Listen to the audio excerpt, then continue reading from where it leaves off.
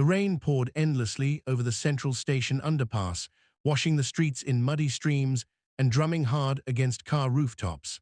Marcus Fletcher's black Bentley rolled slowly through the traffic, its polished body gleaming under the scattered street lights.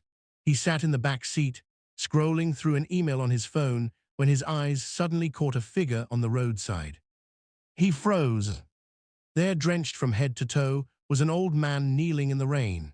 His tattered shirt clung to his thin body, his beard overgrown and tangled, his hands stretched out desperately. His lips trembled as he begged passers-by for food, just food to survive the day.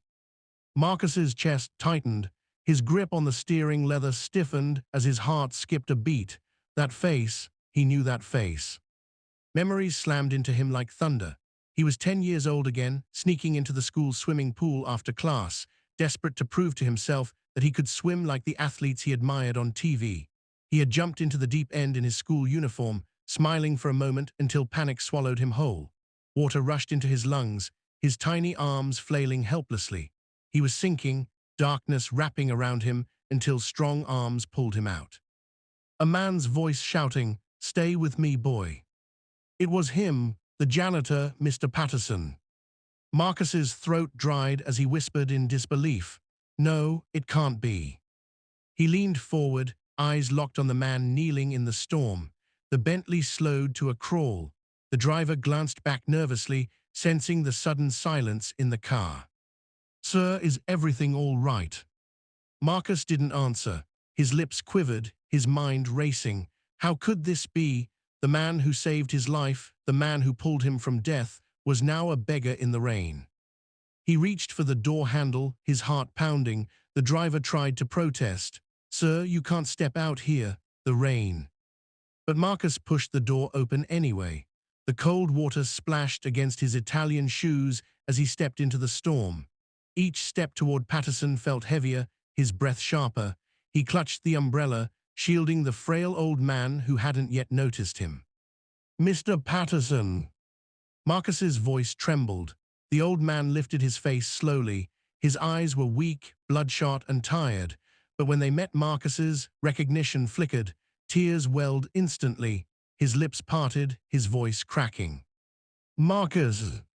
The sound of his name nearly shattered Marcus's composure. His eyes blurred with tears. "Yes, it's me. It's Marcus. Do you remember? You saved me at the school pool. If not for you, I wouldn't be here today." Mr. Patterson let out a shaky breath, his shoulders slumping under the weight of years of suffering. I remember. I would do it again 1,000 times." Marcus's heart broke as he stared at the man who once gave him life, now broken by life itself. He dropped to his knees, ignoring the mud soaking his designer suit. He grabbed Patterson's trembling hands, his voice cracking with desperation. "What happened to you, Mr. Patterson? How did it come to this?" The old man's lips quivered, rain mixing with tears on his face. His voice was fragile, almost swallowed by the storm. "Life happened in a terrible way, Marcus. A fire took my home, my wife and 2 daughters, gone in one night. They called me cursed, said I was a bad man. Parents complained, the school dismissed me. I begged for work, but no one wanted me. One by one, I lost everything until all I had left was the streets." He broke down, clutching Marcus's hands tighter, sobbing into the rain. "Marcus, I am not a bad man. I swear I wouldn't have saved you if I were a bad man." Marcus couldn't breathe. His chest ached. He pulled Patterson into his arms, rain splattering them both. His mind screamed that this wasn't how a man like Patterson should end, not the man who saved him, not the man who gave him a second chance at life. Through the downpour, Marcus shouted to his driver, "Open the car door now." The driver hesitated, startled at the sight of his billionaire boss kneeling in the rain, cradling a beggar. But Marcus's tone left no room for questions. With all his strength, Marcus lifted Patterson in his arms. The old man gasped, shocked that the boy he once saved was now carrying him like a son carrying a father. Rainwater and mud stained Marcus's expensive suit, but he didn't care. As he placed Patterson gently into the Bentley, Marcus whispered to him, "You saved me once. Now it's my turn." The door slammed shut. The car pulled away from the Central Station underpass, and with it, a storm far greater than the rain had just begun, one that would change both their lives forever.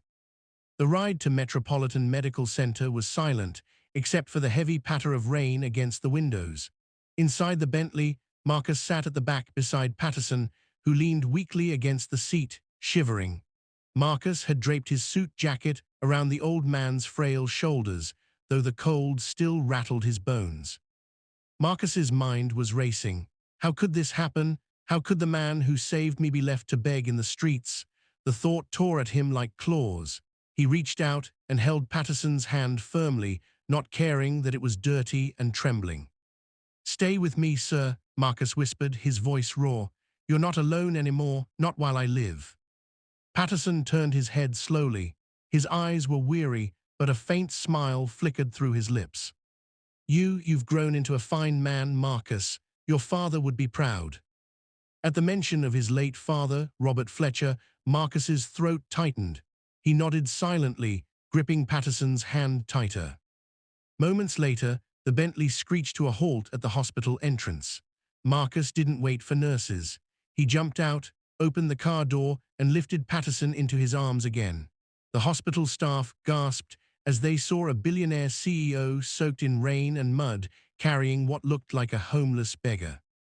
"This man is my father," Marcus shouted as he stormed through the lobby. "Admit him, treat him. Whatever he needs, he gets it." Doctors and nurses rushed forward, startled but moved by Marcus's words. Patterson was whisked away into emergency care. Marcus remained in the waiting room, packing with restless energy. His fists clenched, his expensive shoes leaving muddy streaks on the tiled floor. For hours he waited. Every tick of the clock stretched his heart tighter. Finally, a doctor in a white coat approached him. "Sir, he's stable now, weak from malnutrition and exposure, but he'll recover. You saved him just in time." Marcus exhaled sharply, relief flooding through him. His eyes brimmed with tears he refused to let fall in public. He nodded. "Thank you, keep him here until he's strong again. Money isn't an issue." 3 days later, Patterson walked out of his hospital room dressed in new clothes Marcus had bought for him, a clean shirt, soft shoes, his beard trimmed, and his hair cut short. He looked like a different man. His steps were slow, but his eyes carried a light that hadn't been there before. When he saw Marcus waiting in the lobby, Patterson stopped, overwhelmed. "Marcus," his voice cracked, "why are you doing all this for me? I am nobody." Marcus stood, his heart firm, his eyes unwavering. "You are not nobody. You are the reason I am alive today. If not for you, I wouldn't be here. I wouldn't be a man. I wouldn't be a CEO. I would have died as a foolish boy who thought he could swim. You gave me life, and now I give you mine.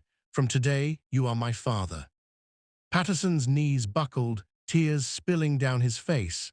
He tried to kneel in gratitude, but Marcus rushed forward, lifting him up. "No," Marcus said firmly, "you don't kneel to me, I kneel to you." And to everyone's shock, the billionaire dropped to his knees before Patterson, clutching his hand with trembling fingers. "You saved me, Papa, and I will never let you suffer again." Within days, Marcus moved Patterson into his mansion in Riverside Heights. For the first time in years, Patterson slept on a soft bed, ate warm meals, and walked around without shame. Staff addressed him as Sir. He was clothed in fine clothes, and his presence filled the house with quiet dignity. But Marcus didn't just give him comfort, he gave him family. At the dining table, Marcus would sit beside Patterson, laughing and eating with him. When guests asked who the old man was, Marcus would proudly reply, "This is my father." Yet behind Patterson's smile, there was always a shadow of sorrow.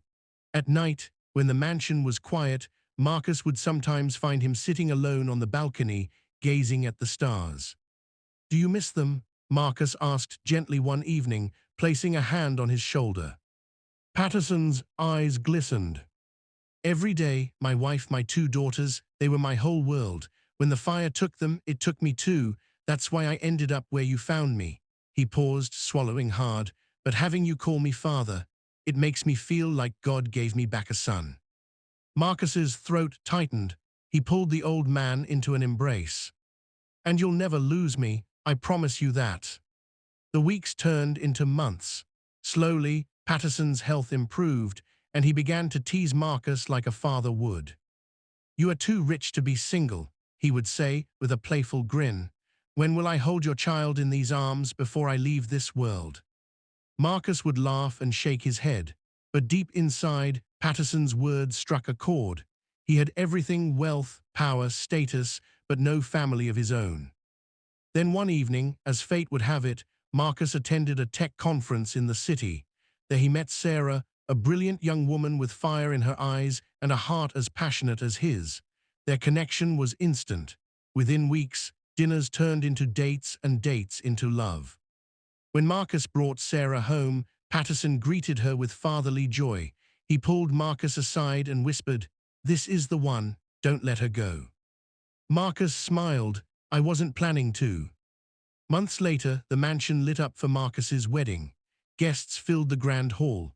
Music filled the air, and when Sarah walked down the aisle in her white gown, it was Patterson, not Marcus's late father, who placed her hand into Marcus's. Tears streamed down the old man's face as he whispered, "Take care of her, my son." But even as the celebrations went on, Patterson's heart carried a silent prayer. "Let me live long enough to see Marcus's children, just once." The night ended in joy. Yet destiny was not finished with Patterson, because soon the laughter of Barbies would echo through the mansion, and with it, the old janitor's life would change in ways he never imagined. 2 years had passed since Marcus and Sarah's wedding, and their love had only grown deeper with each passing day. The mansion in Riverside Heights was no longer just a house of wealth and power.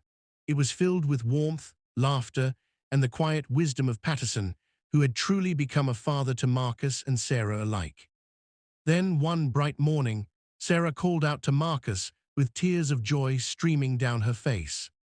"Marcus, it's twins. We're having twins." For a moment, Marcus couldn't breathe. The news hit him like a wave of sunlight breaking through clouds. He pulled Sarah into his arms, lifting her off the ground as he spun her around in pure happiness.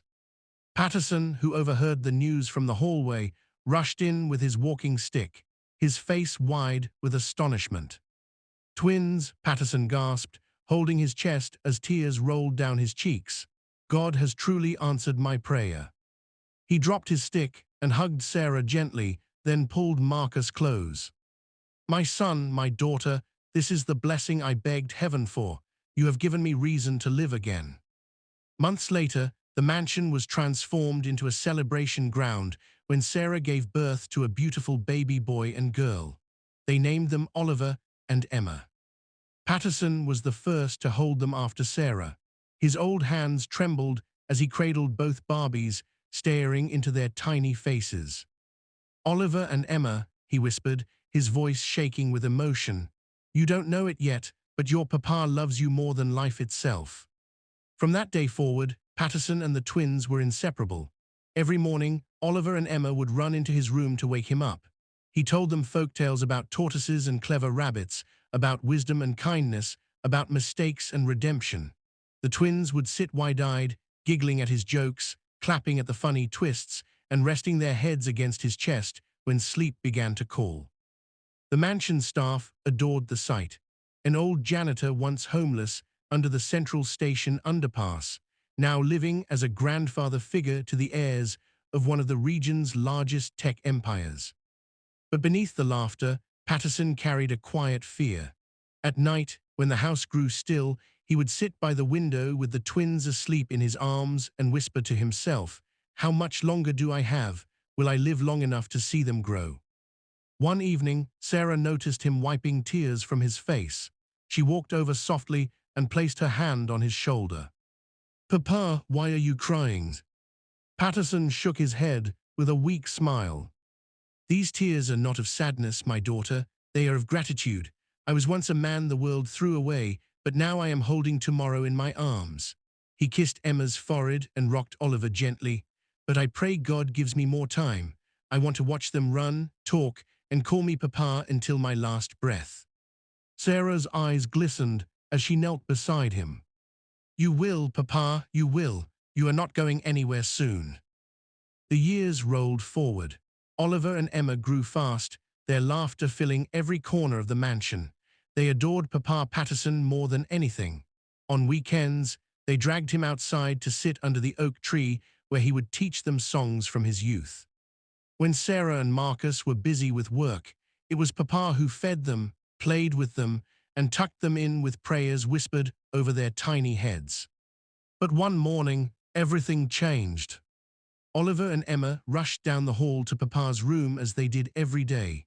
They knocked on his door and shouted, "Papa, wake up, tell us stories." But there was no answer. They pushed the door open, giggling, expecting to find him pretending to sleep. Instead, they saw him lying still on his bed, his face peaceful, his eyes closed. "Papa," Oliver whispered, shaking his arm, "wake up." Emma tugged at his blanket, her lips trembling. "Papa, please." When he didn't move, the twins' smiles faded. Tears welled in their eyes as they ran down the hall, crying loudly. "Daddy, Mommy, Papa won't wake up." Marcus and Sarah sprang from their room, panic in their eyes. They rushed to Patterson's room, their hearts pounding. Marcus reached the bed first, grabbing Patterson's shoulders and shaking him. "Papa, Papa, wake up, please." But Patterson did not stir. His body was warm, his face calm, but his soul had slipped away quietly in the night. Sarah covered her mouth as tears poured down her cheeks. The twins clung to her legs, wailing. Marcus dropped to his knees beside the bed, sobbing openly, his hands clutching the sheets. The man who once saved his life, the man who became his father, the man who gave him back family, was gone. And as the morning sun streamed into the room, Marcus realized that life had given him a chance to repay kindness, but even that chance had an end. The following day, the mansion gates opened wide as people came to pay respects. Under the soft shade of a tree, Patterson was laid to rest. Oliver and Emma held their parents' hands tightly, crying as they watched the man they loved lowered into the earth. Marcus's voice cracked as he spoke at the graveside. "Though we are broken with grief today, I am grateful that Papa lived his last years with honor and love. He saved me as a boy, and I was blessed to save him as a man. He died not as a beggar in the rain, but as a father, a grandfather, and a man worthy of respect." His words carried through the crowd, and many wept openly. For Patterson, the janitor, once despised and abandoned, had finally been remembered, not for the tragedies that struck his life, but for the kindness that defined it. But as Marcus stood by the grave, tears streaming down his cheeks, he didn't realize that Patterson had left behind more than memories. There was something else, something hidden that would soon shake Marcus's world again. The mansion felt emptier after Patterson's burial. His laughter, his stories, even the sound of his walking stick, all gone. Marcus wandered into Papa's room one evening, drawn by a need he couldn't explain. The air still carried his scent, and the bed remained untouched. As Marcus stood to leave, he noticed something odd. A floorboard near the foot of the bed slightly raised. He knelt, pressed it, and it shifted. Beneath was an envelope yellowed with age, his name written on it, for Marcus. His heart raced as he tore it open. "My dear Marcus," the letter began, "if you are reading this, then I have gone to meet my wife and daughters, but I cannot leave without telling you something. You were not the only child I saved at the pool that day. Another boy nearly drowned after you, and I pulled him out too. His family never forgave me. They accused me of luring you both, and their anger destroyed my life. They are the reason I lost my job, the reason people feared me. That boy may still live. If fate allows, protect him as I protected you." Marcus's hands shook. He whispered, "Another boy. Papa carried this secret all these years." Sarah entered, holding a tray of tea. She froze when she saw the letter in his trembling hands. After reading it, her eyes widened. So Papa suffered because of this other child's family. Marcus's jaw tightened. "They ruined his name, Sarah. They left him to die as a beggar. I can't let it end here. I must find that boy." "But Marcus," Sarah said softly, "what if he still believes Papa was cursed? What if he refuses to listen?" "Then I'll show him the truth," Marcus replied, his voice firm. I owe Papa that much. The next morning, Marcus began searching old school records, calling classmates, even tracking down retired teachers. Most had forgotten, but then one remembered clearly. Yes, said a retired sports instructor. There were two boys who nearly drowned that day, you and another, Nathan Cooper. His parents blamed the janitor, said he was a danger. They forced the school to dismiss him. The name struck Marcus like lightning, Nathan Cooper. The instructor sighed. His family was wealthy once, but they lost everything. I don't know where he is now. Marcus ended the call, staring at the letter again. Papa had saved not one but two lives that day, yet only one had ever thanked him. Far across the city in a dim apartment, a man sat alone, his face hardened with bitterness. On the wall hung a cracked family portrait. He muttered to himself. That janitor ruined my life, and now he's dead, but the anger still lives. His name was Nathan Cooper, and without knowing it, his path was about to collide with Marcus's, rekindling a story that fate had left unfinished. Marcus couldn't rest after learning Nathan Cooper's name. For weeks, he searched the city, calling contacts, asking old friends, even hiring private investigators. Finally, one late evening, he got an address, a crumbling apartment complex in the East Side district. Marcus drove himself there. He climbed the narrow stairs, heart pounding until he reached the door. He knocked. The door opened slowly, revealing a man in his 40s, his face hardened by years of bitterness. His eyes narrowed. Who are you? Marcus straightened. My name is Marcus Fletcher. I think we have a past in common. Nathan frowned. I don't know you. Marcus's gaze was steady. You nearly drowned at our school pool years ago. The janitor, Mr. Patterson, saved us both, you and me. Nathan's face darkened, his fists clenched. Don't say that name.